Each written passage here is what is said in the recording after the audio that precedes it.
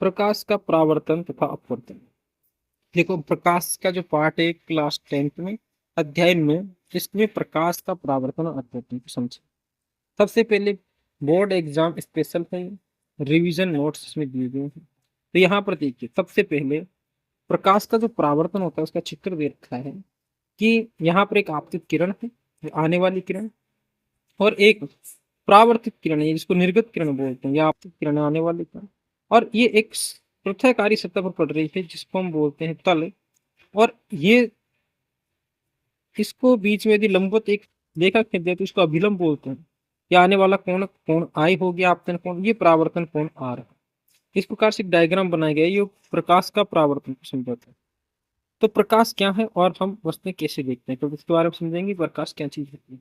तो प्रकाश ऊर्जा का एक रूप है जो हमें वस्तुओं को देखने योग्य बनाता है। यानी प्रकाश नहीं हो तो हम वस्तुओं को देख नहीं पाते। प्रकाश ऊर्जा का एक रूप है, यानी एनर्जी का ही एक रूप है जो वस्तुओं को देखने में हमारी सहायता करता है। प्रकाश, कोई वस्तु उस पर पड़ने वाले प्रकाश को परावर्तित करती है। किसी भी वस्तु पर यदि प्रकाश पड़ता है तो प्रकाश में रिफ्लेक्ट करके परावर्तित कर देती है। यही परावर्तित प्रकाश जब हमारी आंखों द्वारा ग्रहण किया जाता है तो वस्तु को हम देख पाते हैं। और प्रकाश एक सरल सीधी रेखा में गमन करता है, प्रतीत होता है, और इसे प्रकाश किरण कहते हैं। जो प्रकाश सीधी रेखा में गमन करता है इसे हम प्रकाश किरण कहते हैं। ठीक है, सरल रेखीय पथ ही प्रतिबिंब बनने का आधार है। यानी सरल प्रकाश जो होता है हमेशा सरल रेखीय पथ में ही गमन करता है जिससे प्रतिबिंब बनता है। तो यानी कि प्रकाश क्या करता है, जब किसी वस्तु पर पड़ता है तो उसका परावर्तन होता है, और परावर्तन के पश्चात जो परावर्तित किरण है वो हमारी आंखों की रेटिना पर पड़ती है, जिससे दृष्टि पटल पर क्या होता है, चित्र बनता है। और यह है, अब प्रकाश का इस प्रकार हम देख पाते हैं। प्रकाश का परावर्तन कैसे होता है, नियम और उसके प्रकाश का परावर्तन की परिभाषा में। प्रकाश का परावर्तन आप समझते हैं कि जब प्रकाश की किरण एक पृथ्वीकारी यानी समतल पृष्ठ पर पड़ती है तो वो उसी माध्यम में लौट जाती है, तो उसको प्रकाश का परावर्तन कहते हैं। तो प्रकाश की परावर्तन की पहली डेफिनेशन की होगी, प्रकाश का परावर्तन किसे कहते हैं। तो प्रकाश का परावर्तन कहेंगे भाई, प्रकाश का परावर्तन में जब प्रकाश की किरण किसी सतह पर टकराती है और उसी माध्यम में वापस लौट जाती है तो इसको हम प्रकाश का परावर्तन कहते हैं। यानी कि दूसरे माध्यम प्रवेश नहीं करती, फिर उसी माध्यम में प्रत्येकारी सतह से टकरा कर उसी माध्यम में लौट जाती है तो उसको प्रकाश का परावर्तन कहते हैं। अब परावर्तन के भी नियम होते हैं। जैसे यहाँ पर चित्र में आप आराम से देख रहे हो, एक ये पृथ्वीकारी सतह है, और यहाँ पर एक आपतित किरण है यानी कि आने वाली किरण, और एक निर्गत किरण है या परावर्तित किरण, और इन दोनों के बीच में एक अभिलंब है जो जो समतल पृष्ठ है उससे 90 डिग्री का कोण बनाता है, इसको अभिलंब कहते हैं। और ये अभिलंब जो आपतित किरण है उसके साथ एक कोण बनाएगा जिसको आपतन कोण बोलेंगे, और एक परावर्तित कोण के साथ कोण बनाएगा जिसको परावर्तन कोण बोलेंगे। अब जो आपतन कोण आई है वो परावर्तन कोण आर के बराबर होता है, अर्थात कोण आई बराबर कोण आर। इसके बाद हम देखते हैं आपतित किरण आपतन बिंदु पर अभिलंब तथा परावर्तित किरण सभी एक ही तल में होते हैं। सारे के सारे ये एक ही तल में होते हैं, यानी कि आपतित किरण, परावर्तित किरण और निर्गत किरण और अभिलंब ये तीनों एक ही तल में होते हैं। आपतित किरण, परावर्तित किरण और अभिलंब तीनों और समतल ये तल होता है, एक ही बिंदु पर होते हैं, एक ही तल पर होते हैं। ये नियम सभी परावर्तक पृष्ठों समतल या गोलीय के लिए लागू होता है। जो आप प्रकाश का परावर्तन है, जो परावर्तन के नियम है, ये सभी नियम सभी दर्पणों के लिए लागू होता है, चाहे गोली हो चाहे समतल दर्पण हो। अब समतल दर्पण द्वारा प्रतिबिंब का बनना हम देखें। तो सबसे पहले समतल दर्पण जो होता है, एक दर्पण तीन प्रकार के होते हैं। पहला तो होता है समतल दर्पण, दूसरा होता है गोलीय दर्पण। अब गोलीय दर्पण दो होता है, उत्तल और अवतल। इस प्रकार से दर्पण तीन प्रकार के होते हैं। अब जो समतल दर्पण है उसको प्रतिबिंब किस प्रकार से बनता है, जो समतल दर्पण का सबसे बढ़िया उदाहरण है, जो हमारे चेहरा देखने का जो प्रतिबिंब है, वो देखने का जो आईना होता है, शीशा होता है, वो समतल दर्पण का उदाहरण है। तो प्रतिबिंब की विशेषताएं क्या होती है, इसमें किस प्रकार से प्रतिबिंब बनता है। तो समतल दर्पण जो होता है, प्रतिबिंब सदैव आभासी तथा सीधा बनता है, यानी आभासी होता है और हमेशा सीधा ही बनता है समतल दर्पण में। तक आपने कहा जब अपनी शक्ल देखी है वो सीधी बनती है, तो समतल दर्पण में हमेशा प्रतिबिंब सीधा बनेगा। प्रतिबिंब का साइज बिंदु वस्तु के साइज के बराबर होता है, यानी कि प्रतिबिंब का जो साइज है बिंब वस्तु के साइज के बराबर ही होता है। देखो यहाँ पर मोमबत्ती का जो दर्पण में चित्र देख रहे हैं, तो दर्पण का जो चित्र है वो मोमबत्ती के बराबर ही है। तो इसकी साइज और इसकी साइज यानी बिंब और प्रतिबिंब की साइज दोनों की साइज बराबर होती है। और प्रतिबिंब दर्पण के पीछे बनता है, जितनी दूर पर ये होगा वस्तु उतनी ही दूर पर प्रतिबिंब बनेगा। ठीक है, तो ये दूसरी तीसरी इसका जो विशेषता ये होती है। और इसमें पार्श्व परावर्तन पाया जाता है। पार्श्व परावर्तन का मतलब होता है दाएं का बाएं दिखाई देना और बाएं का दाएं। तो दायां का बायां दिखाई देना और बायां का दायां दिखाई देता है, ये पार्श्व परावर्तन का एक उदाहरण है। ठीक है, तो इसमें पार्श्व परावर्तन किसमें पाया जाता है? समतल दर्पण में पार्श्व परावर्तन पाया जाता है। इसकी तीन विशेषताएं होती है कि प्रतिबिंब हमेशा आभासी और सीधा बनेगा, वस्तु का साइज जितना होगा उतना प्रतिबिंब का साइज होगा, और वस्तु की दूरी जितनी बिंब से होगी उतनी प्रतिबिंब उतनी ही दूरी पर बनेगा। इसके बाद में आते हैं गोलीय दर्पण।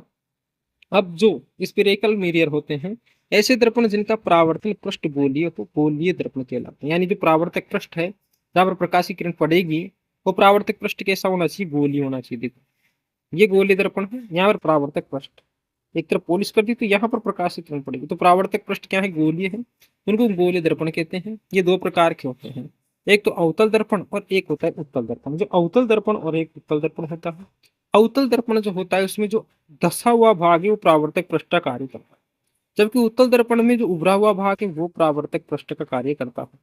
यानी चेहरा देखने वाला भाग होगा धसा हुआ तो वो अवतल दर्पण है, और इसमें चेहरा देखने वाला भाग उभरा हुआ होगा तो वो उत्तल दर्पण है। ठीक है, तो अवतल दर्पण और उत्तल दर्पण की परिभाषा होगी कि परावर्तक पृष्ठ अंदर की ओर अर्थात गोले के केंद्र की ओर वक्रित होता है, तो अवतल दर्पण है। उत्तल दर्पण हो गया परावर्तक पृष्ठ बाहर की ओर वक्रित होता है। इसके बाद में गोलीय दर्पण से संबंधित महत्वपूर्ण पद हम यहाँ देखेंगे। पहले तो ध्रुव यानी कि पोल होता है। गोलीय दर्पण की परावर्तक पृष्ठ का केंद्र, जहां पर इसका केंद्र होता है गोलीय दर्पण का, वो जो उसको हम पोल कहते हैं, यानी कि ध्रुव भी कहते हैं। अब वक्रता केंद्र क्या होता है? वक्रता केंद्र ये होता है कि उस गोले का केंद्र जिससे ये गोलीय दर्पण बना हुआ है, उसका केंद्र एक केंद्र होता है, उसको हम वक्रता केंद्र बोलते हैं। यानी कि उस गोले का केंद्र जिसका दर्पण एक भाग है, ये दर्पण पर स्थिर नहीं होता, ये दर्पण पर तो नहीं होता लेकिन एक आभासी केंद्र है, इसको हम बोलते हैं वक्रता केंद्र। अब वक्रता त्रिज्या क्या होती है? वक्रता केंद्र और जो ध्रुव होता है उसके बीच में एक दूरी होती है, उसको हम वक्रता त्रिज्या बोलते हैं। तो उस गोले की त्रिज्या जिसका दर्पण एक भाग है, दूरी P और C, यानी ध्रुव और वक्रता केंद्र से जो दूरी होती है वो वक्रता त्रिज्या होती है।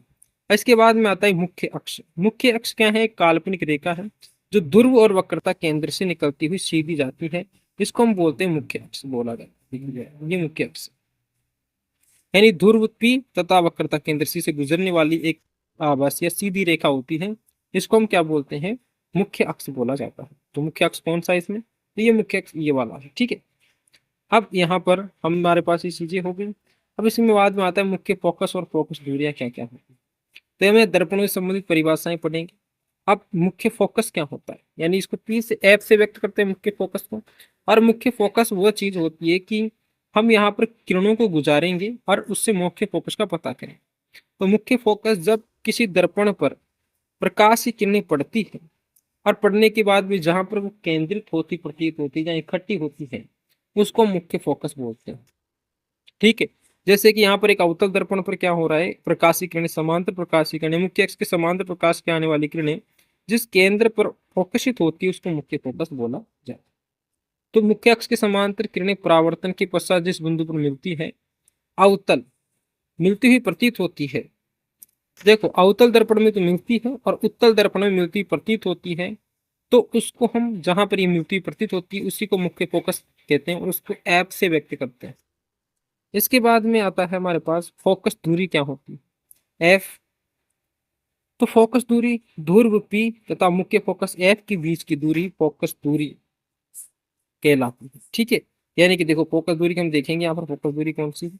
तो एफ यानी कि फोकस बिंदु और ध्रुव पी के बीच में एक दूरी होती है, उसको फोकस दूरी कहते हैं। अब फोकस दूरी के बाद में आता है द्वारक। तो परावर्तक पृष्ठ के व्यास को द्वारक, दर्पण का द्वारक, यानी परावर्तक पृष्ठ का जो व्यास होगा वही क्या कहलाता है? द्वारक होगा। यानी कि ये परावर्तक पृष्ठ है यहाँ से यहाँ तक, इसका जो व्यास हो जाएगा ये क्या कहलाएगा? इसका द्वारक कहलाएगा। ठीक है, अब इसके बाद में एफ आर तथा एफ में संबंध किस प्रकार से दर्शाते हैं? तो यहाँ पर एक मोटे मोटे अक्षरों में लिख रखा है कि आर बराबर 2f, यानी कि वक्रता त्रिज्या फोकस दूरी की दुगनी हो। छोटे द्वारकों के गोलीय दर्पणों के लिए वक्र त्रिज्या आर फोकस दूरी एफ की दोगुनी होती है। यही इसमें ए आर और एफ में संबंध है। इसका अर्थ है कि मुख्य फोकस एफ ध्रुव पी और वक्रता केंद्र सी के ठीक मध्य में होता है। ठीक है, तो यहाँ पर हम इनके बीच में संबंध देख सकते हैं। तो यहाँ पर हम देखेंगे यदि कोई गोले दर्पण है तो यहाँ पर ध्रुव है P इस गोले दर्पण का, एक बड़ा आकार का गोले दर्पण है, तो इसमें ये द्वारक है, ये ध्रुव है यहाँ पर P, और ये वक्रता केंद्र है। तो ये वक्रता त्रिज्या हो गई R। तो ये वक्रता त्रिज्या फोकस दूरी ये हो गई F, इसकी दुगनी होती है। फोकस दूरी F की दुगनी होती है वक्रता त्रिज्या ये R। ठीक है, इसमें आराम से चित्र में देख सकते हैं। इसके बाद में किरण आरेख बनाने के नियम होते हैं, ये नियम पढ़ेंगे। तो हम सिर्फ एक बार फिर से इसमें देखते हैं क्या क्या हमने देखा। प्रकाश का परावर्तन और अपवर्तन पाठ का नाम है। इसमें हमने सबसे पहले प्रकाश का जो परावर्तन होता है उसका डायग्राम हमने देखा, किस प्रकार प्रकाशित आती है, यानी कि जिस एक पृथ्वीकारी से यानी प्रकाशीय किरणें जब किसी माध्यम से टकराकर उसी माध्यम में यानी किसी पृथ्वीकारी से टकराकर उसी माध्यम में लौट जाती है, प्रकाश का परावर्तन कहलाता है।